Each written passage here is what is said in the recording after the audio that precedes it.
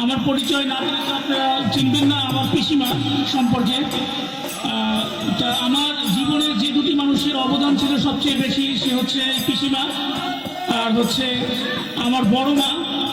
সব জায়গায় আমি এই দুজনের নাম বলি। পিসিমা হচ্ছে একজন রত্নগর্ভা, বিশেষ মানুষদের রত্নগর্ভা বলা হয়, কেননা তার এই সাংসারিক জীবনে এই পরিবারটিকে এমন করে আগলে রাখতেন। তার 5 সন্তানদ্বয় এবং 1 কন্যা সন্তান সহ 6 জন সন্তানকে যেভাবে সুপ্রতিষ্ঠিত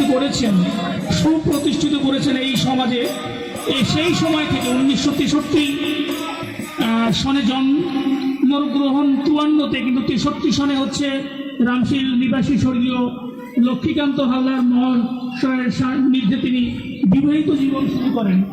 এবং এতই তাৎপর্যপূর্ণ এবং মাটির মানুষ ছিলেন পিসিমা, যে হচ্ছে এই পরিবারটিকে আগলে রেখেছেন। এবং তিনি এই পরিবারে তার শ্বশুর মহাশয়ের মৃত্যুবার্ষিকী, বিশেষ করে আমার ঠাকুরমার মৃত্যুবার্ষিকী, তিনি ঢাকায় বসেও অসুস্থ, তারপরেও তিনি তার মৃত্যুবার্ষিকী পালন করতেন। এই জন্যই আমি আমার পিসিমাকে রত্নগর্ভা বলে থাকি। তা ধন্যবাদ।